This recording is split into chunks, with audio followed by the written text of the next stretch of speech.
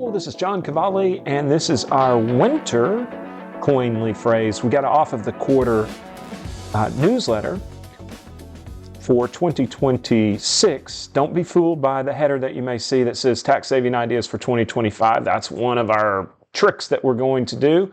For those of you that are driving down the road and listening to this, we do this in a video, audio, podcast-like format. So keep your hands on the wheel. I always say that.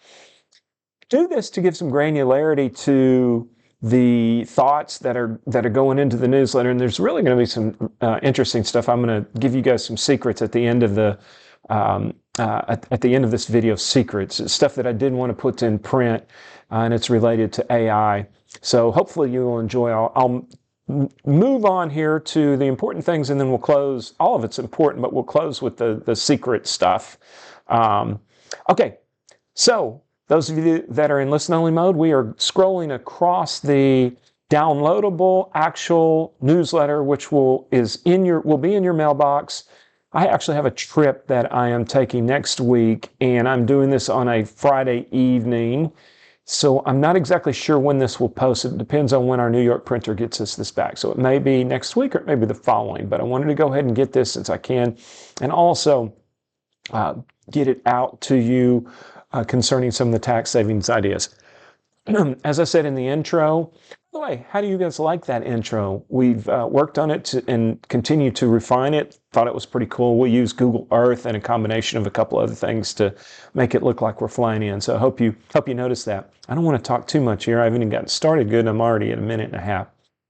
So last year's tax savings ideas, things that we can do are a SEP, an HSA, an IRA, or Roth. There are others, but they generally require more detail, and this will give you a super good template of what to look for. We repeat this almost every year, almost verbatim, but the reason that we do repeat this is because our situations change, and if we don't remind you, we're afraid that you'll miss it.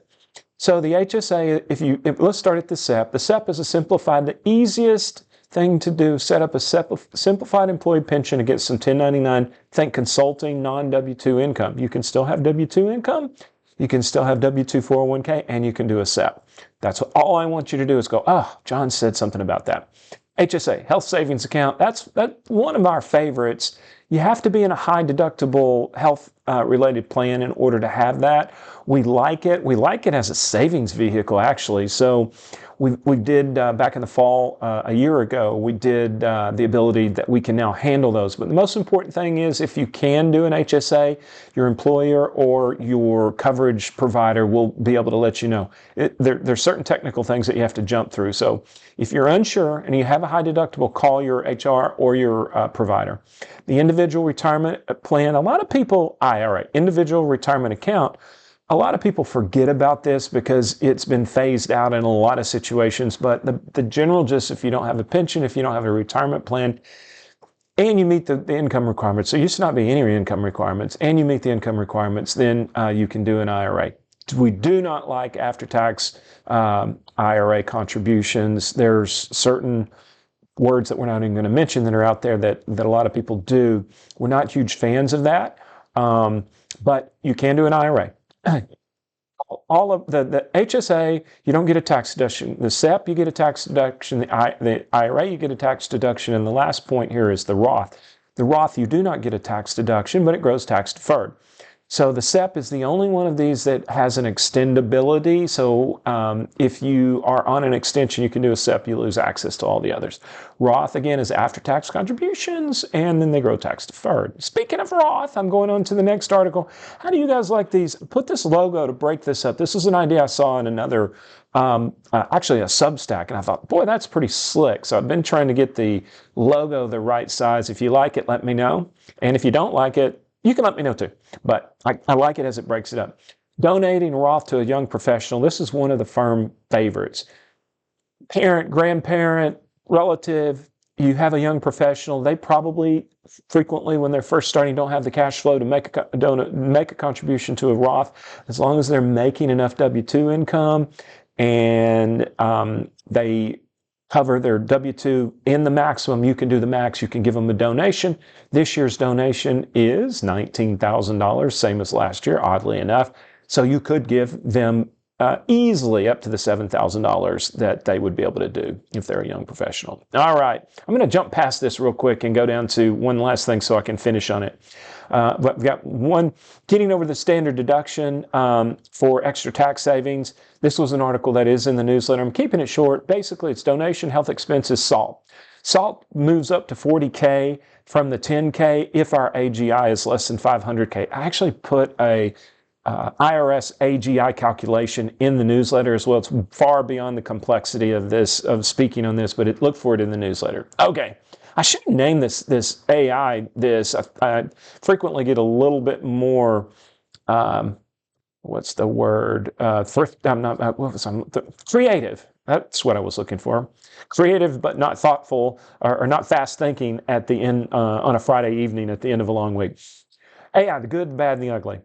I've already posted the main post, and then I added to it in the newsletter. And really what happened was a programmer who has now, as an update of this, has been hired by one of the big AI companies. He was hired. He did an open source program. I've had multiple conversations where a lot of people weren't familiar with this. I'm not linking to this. I'm going to tell you it's called Maltbot, and it may change. And it looks like a crustacean. It actually looks like a red lobster. That's what this thing looks like. But he mixed, as I mentioned here in the bullet points, this was the additional part. He mixed Claude, again, pause, it's been a long week, Claude and OpenAI, combined those, and it created its own little AI bot, and it took life. What I wanted everybody to know is be careful. Upon learning of this, I talked to the family and said, if you run into this, be very, very careful. Actually, if you want to know, I told everybody to stay away. And they're like, we've not even heard of this. Even the 18-year-old had not heard of this. Keep your eyes open for that. Be careful because it can create a security risk. I'm going to talk more about this as we go on.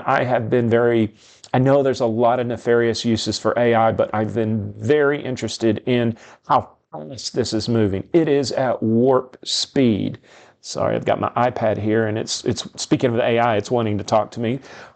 So look for more information on this. This is getting a little bit long, but the secret was the name that I told you. If you've missed it, you'll have to go back and listen to it because I don't want to mention it too much because I don't want people running over there and starting downloading things by accident. That's it. That's our winter. And thank goodness our editor, Kathy, suggested we get off of the quarter, and this really helps us. Even though I'm going almost 8 minutes, I apologize, but it's very, very helpful for us to be able to get off the quarter and be more focused. For those of you at the very end, I put, we'll talk to you at the latest in the summer or earlier if we need be, so we give ourselves some flexibility. Okay, that's it. Have a good one. And again, this is the Winter 2026 newsletter.